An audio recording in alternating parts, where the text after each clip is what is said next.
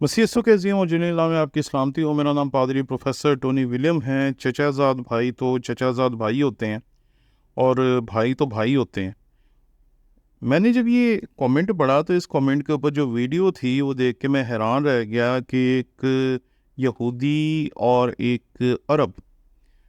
اپنے اپنے جھنڈے لے کر بڑے مزے سے جھوم رہے ہیں، ڈانس کر رہے ہیں، ناچ رہے ہیں۔ تو میں نے جب یہ کومنٹس پڑھے تو میں حیران رہ گیا کہ یہ کیا ہو رہا ہے۔ پھر میں نے جب تلاش کیا تو مجھے پتہ چلا کہ ایک اور اسی طریقے کی ویڈیو ہے جو 19 اگست سن 2023 کو ایک ویب سائٹ پہ جس کا نام یعنی صافاک ہے اس کے اوپر اپلوڈ کی گئی ہے، اور اس میں بھی اسی طریقے سے جو عرب ہیں وہ یہودیوں کے ساتھ مل کر ڈانس کر رہے ہیں، کیونکہ وہ خوشی منا رہے ہیں کہ ان کے آپس کے تعلقات جو ہے وہ نارملائز ہو گئے ہیں، وہ نارمل ہو گئے۔ تو مجھے احساس ہوا کہ جس طریقے سے پچھلے دنوں میں بنیامین نتنیاہو جو کہ اسرائیل کے وزیر ہیں، انہوں نے کہا تھا کہ ہم عرب ممالک کے ساتھ اپنے تعلقات درست کرنے کے بعد ایک کوریڈور بنانا چاہ رہے ہیں، تو وہ کوریڈور تو چلیں اپنی جگہ، لیکن یہ ڈانس، یہ خوشی، یہ رقص، یہ سمجھ سے باہر ہے۔ جب میں ان ساری چیزوں کو دیکھ رہا تھا تو میرے سامنے بنی اسرائیل کی جو تاریخ ہے وہ آ گئی کہ کس طریقے سے تاریخ میں بنی اسرائیل نے ایک دوسرے کے ساتھ اپنے تعلقات کو نبھایا ہے، کیونکہ ان کے تعلقات صدیوں پر مبنی ہیں، اور ان کے درمیان کبھی امن ہوتا رہا ہے، کبھی جھگڑے ہوتے رہے ہیں، کبھی جنگیں ہوتی رہی ہیں، اور یہ سب کچھ چلتا رہا ہے۔ لیکن جو بات فیس بک پہ اس کامنٹ میں تھی کہ یہ بھائی ہیں، اور بھائی تو پھر بھائی ہوتے ہیں، اور میں نے دیکھا کہ وہ تو بڑی آسانی سے اب آ جا رہے ہیں، باقاعدہ سرکاری طور پر آ جا رہے ہیں۔ تو میں نے جب یہ سب کچھ دیکھا تو مجھے یاد آیا اپنا پاسپورٹ، وہ پاسپورٹ جس کے اوپر بڑے بڑے حروف میں ہم نے لکھا ہوں کہ یہ اسرائیل کے لیے کارآمد نہیں ہوگا۔ تو میں یہ سوچ رہا تھا کہ اگر عرب ممالک میں اور اسرائیل میں تعلقات بحال ہو جاتے ہیں، اگر ان کے تعلقات نارمل ہو جاتے ہیں، ان کی آپس میں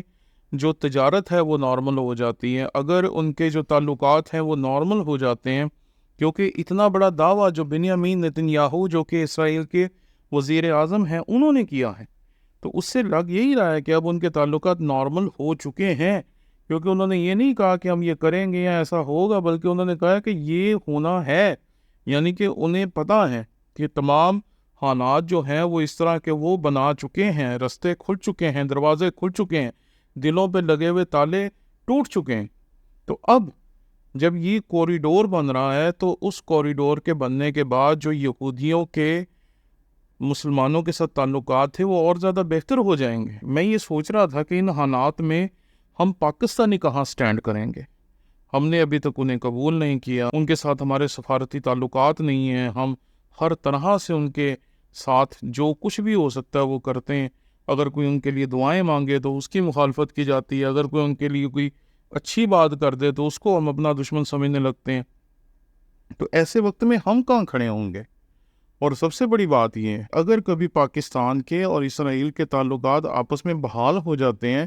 تو ہم پاکستانیوں کا سٹینڈ کیا ہوگا؟ بالخصوص پاکستانی مسیحیوں کا، کیونکہ میں اکثر یہ بات کہتا ہوں کہ ہمیں دونوں طرف سے حج کرنے سے روک دیا گیا، یعنی کہ نہ تو ہم خانہ کعبہ میں جا سکتے اور وہاں کے مقدس مقامات میں جا کر ان کی زیارت کر سکتے ہیں، اور نہ ہی ہم اسرائیل میں جا کر وہاں اپنے مقدس مقامات کی زیارت کر سکتے ہیں۔ تو ہمارے لیے تو زیارت کے دونوں راستے جو ہے وہ بند کیے ہوئے ہیں۔ تو اگر کسی طریقے سے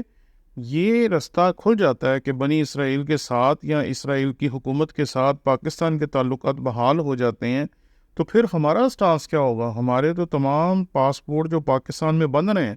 کیونکہ آج صبح اس بات کے اوپر بڑا زور دیا جا رہا تھا کہ اب جو ہیں پاسپورٹ وہ بہت احتیاط کے ساتھ بنائے جائیں، اتنے دنوں میں بنائے جائیں، اتنی فیس ہو، سب کچھ۔ اور جس طریقے سے وہ پاسپورٹ بنانے کے اصولوں کو سخت کر رہے ہیں، میں یہ دیکھ رہا تھا کہ اب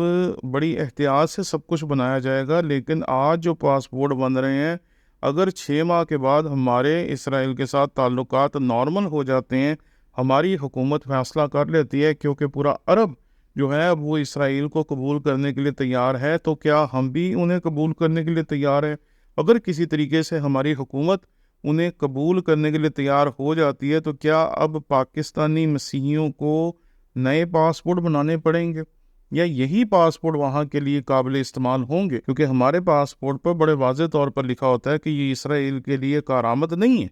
تو اب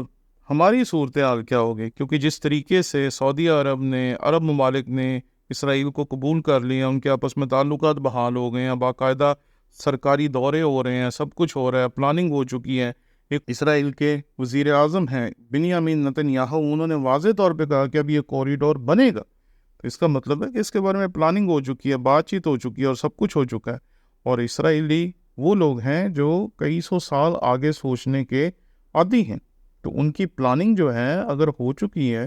تو اس میں ہم سٹینڈ کہاں کریں گے؟ اور ہم سے مراد یہاں پاکستانی مسلمانوں کے ساتھ ساتھ پاکستانی مسیحی بھی ہیں۔ ہمارا کیا سٹانس ہوگا؟ ہم کیا کریں گے؟ اور ہمارے پاسپورٹوں کا کیا بنے گا جو ہم لوگوں نے بنوائے ہوئے ہیں؟ وہ پاسپورٹ تو یا پھر ان کے اوپر سے وہ مٹانا پڑے گا جو کچھ لکھا ہوا ہے، کیونکہ اگر ہمارے تعلقات، کیونکہ اگر پاکستان کے اسرائیل کے ساتھ تعلقات نارمل ہو جاتے ہیں تو ہمارے تمام پاسپورٹ جن پہ لکھا ہوا ہے کہ ہمارا پاسپورٹ اسرائیل کے لیے استعمال نہیں ہو سکتا،